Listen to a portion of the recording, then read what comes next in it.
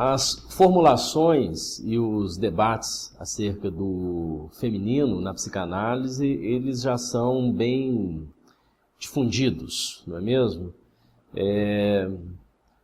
Seja no próprio território analítico, seja nas fronteiras da psicanálise com a cultura, por exemplo, com o cinema, com a literatura, com as artes em geral. Sempre se aborda um pouco estas formulações que, sobretudo Freud, num dado momento, ele edificou em relação ao feminino e em relação também às mulheres. Mas não por isso, essas formulações, não é pelo fato de elas serem difundidas já em uma boa escala, não por isso elas deixaram de gerar confusões e também mal-entendidos. Nós podemos encontrar um conjunto de leituras, tanto quanto apressadas ou talvez muito parciais dessas formulações, por exemplo, entre os mais diversos discursos feministas ao longo do século XX e também no início do século XXI. Então, seja o olhar das feministas lançado em relação à psicanálise, e também, em alguma medida, seja entre os próprios psicanalistas, nós encontramos aí, em alguma medida, uma espécie de torre de Babel ou uma cortina de fumaça acerca das formulações sobre o feminino. Ou seja, o que eu quero dizer é que essas formulações, elas são formulações muito diversificadas, mas também são formulações muito controversas e são, às vezes, apropriadas de maneiras muito parcelares pelos vários campos do saber. Nesse sentido é que eu pretendo aqui realizar alguns rápidos apontamentos acerca do feminino, tanto em Freud quanto em Lacan, para que nós possamos construir aí um gradativo mapeamento acerca desses conceitos, da relação desses conceitos, o feminino, a mulher, a feminilidade, a relação desses conceitos com a prática psicanalítica. A primeira formulação que eu gostaria de ressaltar é que feminino, a discussão acerca do feminino e o gênero, essas discussões elas não se equivalem necessariamente. Quando a psicanálise aborda o feminino, não necessariamente ela está falando de um gênero feminino, não necessariamente ela está falando de algo inerente somente às mulheres. Quando nós, na psicanálise, lidamos com as formulações acerca do feminino, nós estamos muito mais lidando com aquilo que se localiza nas bordas da ação do psicanalista, nas bordas da própria psicanálise, e que faz com que a psicanálise avance, a consideração acerca dos limites, isso é fundamental na psicanálise, e a discussão acerca do feminino tem íntima relação com isto, com o limite, com a borda. Portanto, para usar um termo fundamental em Lacan, tem relação com o não todo. Então, o feminino, ainda que ele toque algo eventualmente do gênero, por exemplo, do feminino em oposição ao masculino, da mulher e não necessariamente do homem, ainda que passe por aí, o fundamental não está necessariamente aí. O fundamental está numa discussão que diz respeito a uma lógica que não é uma lógica fálica, o que nós chamamos de não todo, portanto. A segunda formulação que eu gostaria de ressaltar é como que essa problemática do feminino ela se apresentou, ela foi se apresentando no itinerário psicanalítico, desde Freud. Como que ela se apresenta, como que ela se constrói ao longo desse itinerário. O que nós podemos perceber é que as discussões sobre o feminino elas foram se apresentando de modo muito gradual e esta formulação gradual ela está longe de ser linear. Então nós temos muitas idas e vindas, muitas voltas, é um percurso muito espiralar. Então são conceitos em construção, conceitos que num dado momento, esses conceitos que fazem parte do repertório acerca do feminino, conceitos que num dado momento eles aparecem com mais relevo, daí a pouco eles se tornam mais discretos, para que daí a um outro tempo eles retornem sob um outro ângulo. Então é um itinerário gradativo e não necessariamente linear nem acumulativo. Então temos aí já duas observações importantes acerca do feminino e vamos prosseguir em relação às 4 outras restantes.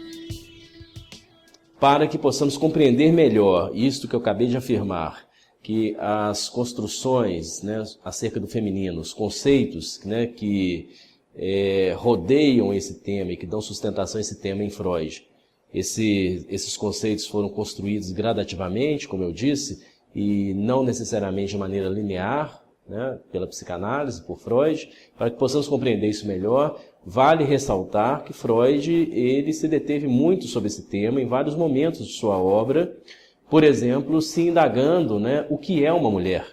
Essa pergunta, o que é uma mulher, de certa forma, ela já está presente lá desde a época dos estudos sobre histeria. Se não de maneira explícita, a problemática, o que era uma mulher, e mais ainda, o que quer uma mulher. Ambas as perguntas estão postas ali.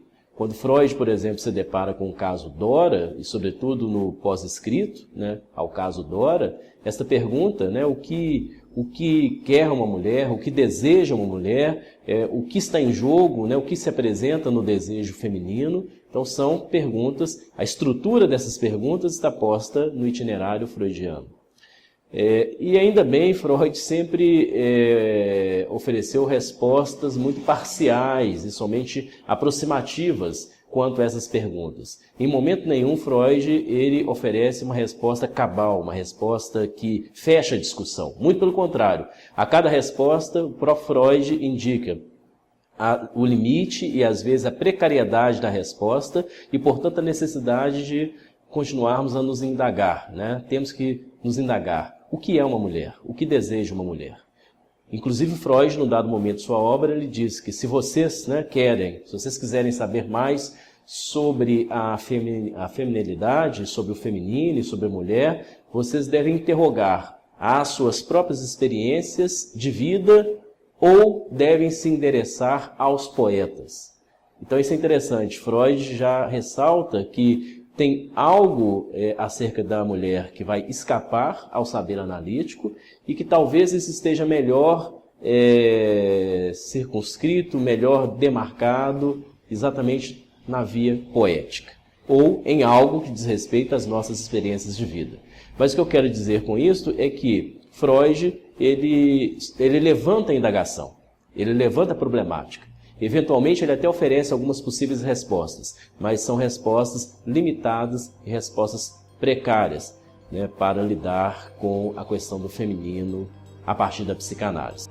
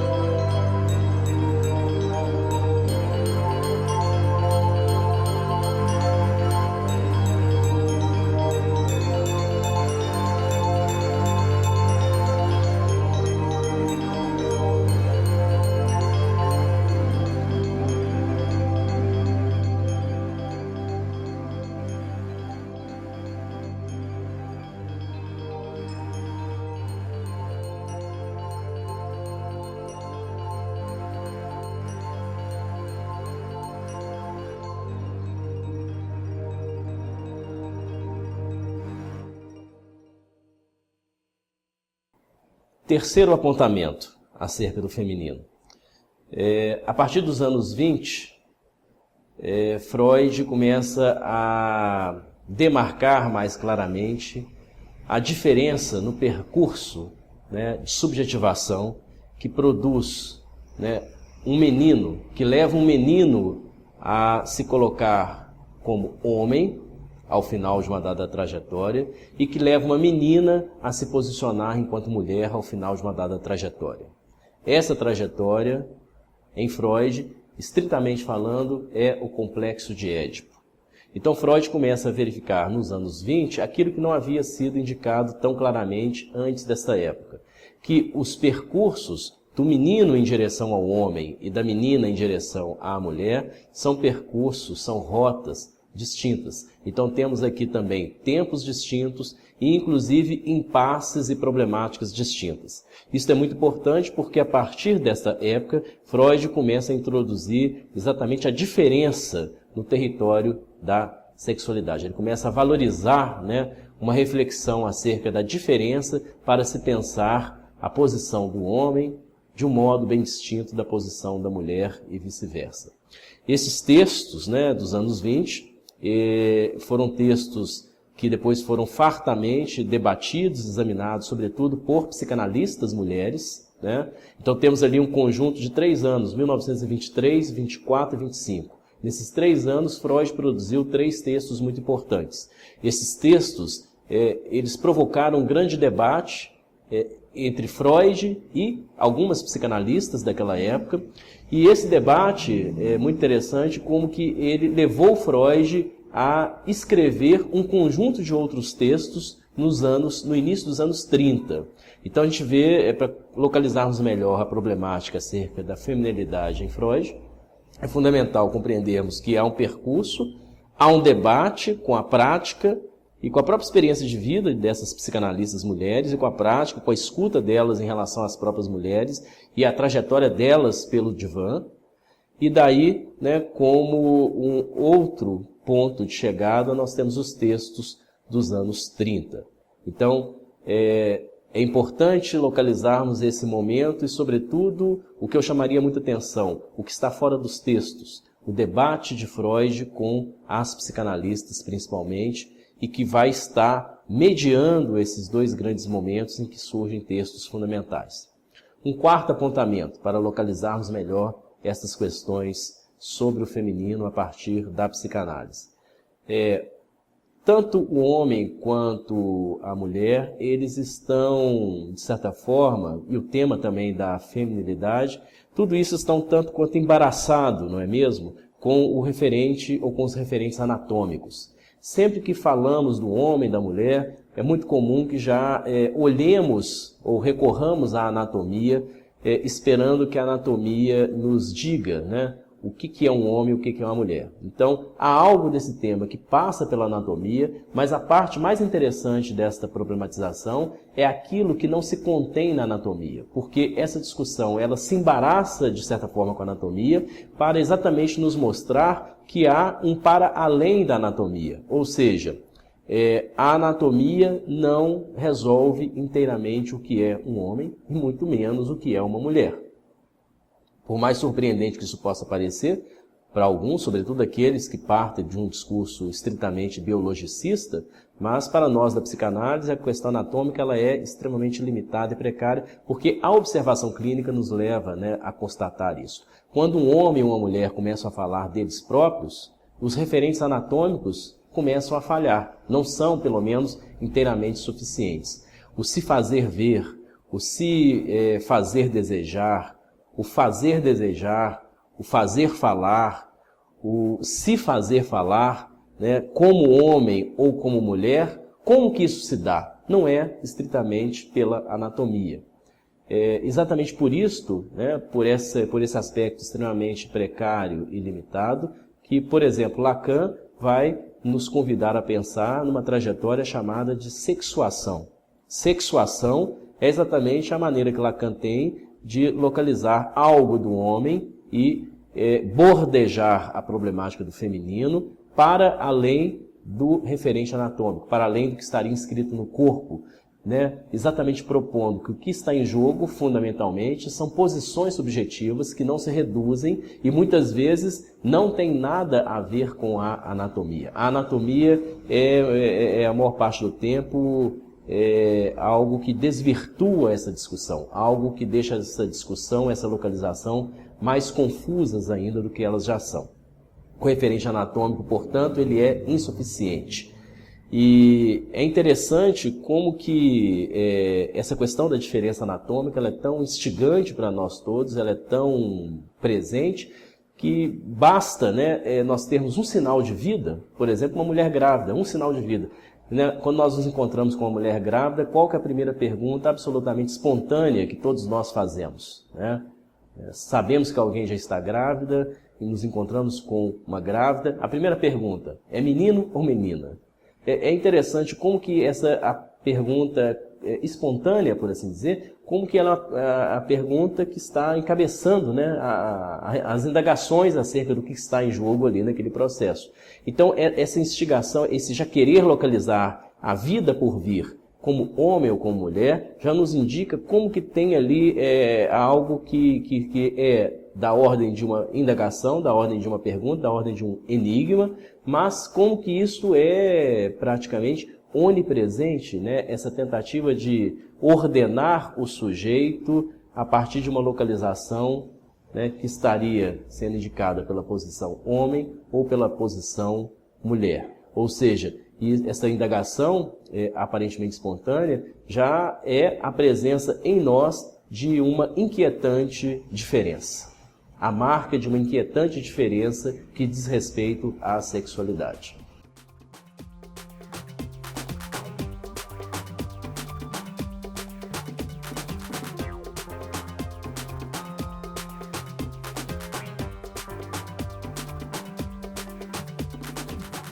Quinto apontamento.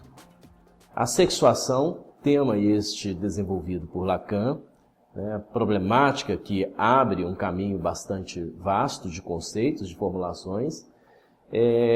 A sexuação, de maneira fundamental, é o modo de pensarmos a posição do sujeito acerca diante da sexualidade. Então, por sexuação, Lacan vai nos propor que nós temos posições, e posições demarcadas por diferença, fundamentalmente a posição masculina e a posição feminina. E aqui é bom lembrarmos bem acerca de um detalhe que faz toda a diferença, a meu ver. Lacan, no momento que ele desenvolve essas questões, no momento do chamado Seminário 20, ele vai nos dizer que é perfeitamente possível que um homem ocupe a posição feminina.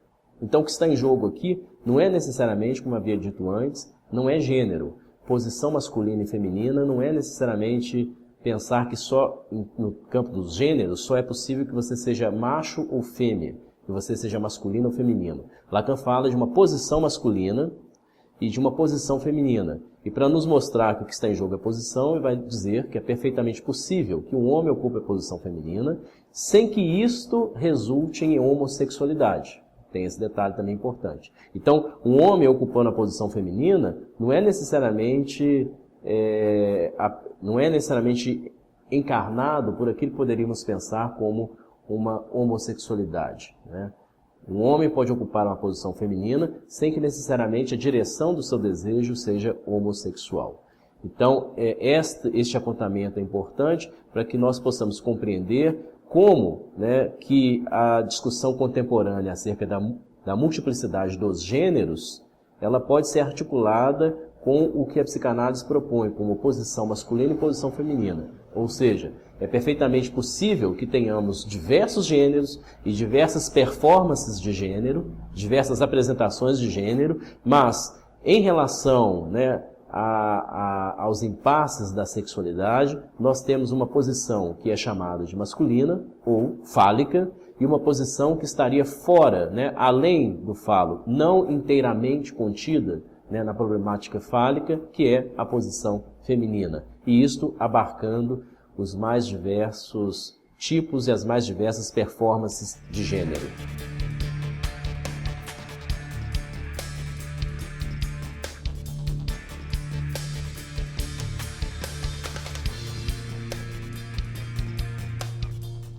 Pois bem, chegamos ao nosso sexto apontamento. O que isso tudo interessa à psicanálise? O que isto tem a ver com a prática, né, com a condução da prática analítica. Do ponto de vista, nós podemos observar que do ponto de vista da escuta clínica, é fundamental que o psicanalista não meça, não referencie o ser da mulher ou a sua relação com o desejo a uma posição masculina, ao homem. Esse é um grande ensinamento de Freud, sobretudo de Lacan. Nós não devemos medir o que está em jogo na mulher, tomando como referente o homem. Durante um tempo, inicial, Freud ele adotou esse caminho. Ele pensou o percurso de uma mulher, pensou o percurso feminino, a partir de uma trajetória masculina. O que Lacan vai nos levar a considerar é que a trajetória feminina ela é bem qualitativamente diferente da trajetória masculina. A escuta do analista deve levar isso em consideração. Uma mulher, ela só se mede, ela só se referencia por ela mesma. Ela não se referencia a um homem e não se referencia a uma outra mulher. Nesse sentido, também nós devemos compreender que o feminino ele não se atém exclusivamente às mulheres. O debate acerca do feminino, as problematizações acerca do feminino perpassam aos homens, às mulheres, aos homossexuais, aos travestis, às lésbicas, aos transgêneros, enfim. A discussão acerca do feminino ela é uma discussão transgênera. Ela não se atém somente à mulher e também não se atém somente ao binômio homem-mulher. Ressaltar isto significa compreender que esta discussão sobre o feminino na psicanálise diz respeito a um modo do sujeito se posicionar diante da falta. Há uma relação muito específica com a falta, uma relação muito específica com o desejo, há uma relação muito específica com a privação, que não se reduzem, essas demarcações elas não se reduziriam ao repertório fálico. O que é repertório fálico, por assim dizer? Essa expressão, repertório fálico, ela nos apontaria para o quê? Quando eu falo aqui de repertório fálico, eu estou basicamente falando do ter e do não ter. Do maior que, do menor que. Basicamente desta atmosfera, desse território que se busca o controle, a administração integral do sentido, por exemplo. Então, pensar que o feminino é algo importante na psicanálise, localizar o feminino como uma direção fundamental à psicanálise, é compreender que a prática analítica ela deve, dentro do possível, produzir uma repercussão sobre a posição do sujeito quanto à falta e quanto ao desejo, que mude esse repertório, que usualmente é um repertório essencialmente fálico. Quando nós falamos em falta, quando alguém fala na sua falta, naquilo que lhe falta, no primeiro momento ele está muito ali nesse embate do ter, não ter, se eu tenho, se eu não tenho, o outro tem, o outro pegou, o outro levou, então vou reter para que o outro não pegue. Esse é o repertório fálico, E o tema do feminino, ele introduz uma relação diferente e singular com a falta.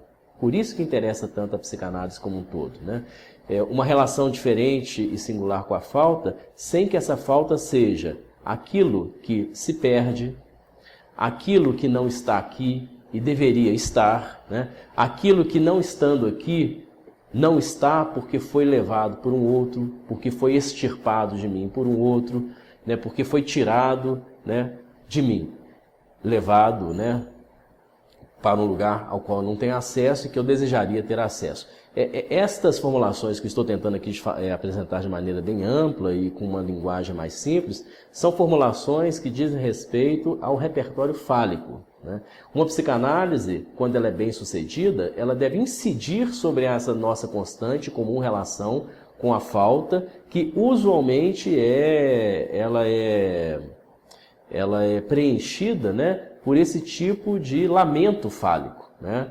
Mas aí nós temos que pensar isto sempre como uma aposta, como uma possibilidade a cada análise. Ou seja, é possível que o sujeito adote uma outra posição em relação àquilo que lhe falta, que não seja demarcada pelo repertório fálico?